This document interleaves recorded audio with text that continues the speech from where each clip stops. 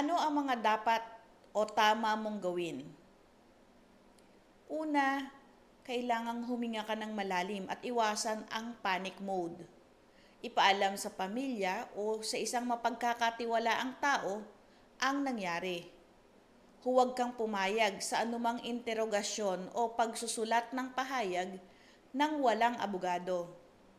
Halimbawa, kung ikaw ay bigla na lang dinampot ng mga pulis at dinala sa presinto, tandaan, huwag kang matakot pero huwag ka ring basta-basta magsasalita. Ang maling salita ay maaaring ikapahamak mo. Tandaan mo na mayroon kang legal na karapatan kahit ikaw ay iniimbestigahan o inaakusahan. Ayon sa ating saligang batas, may mga pangunahing karapatan ka.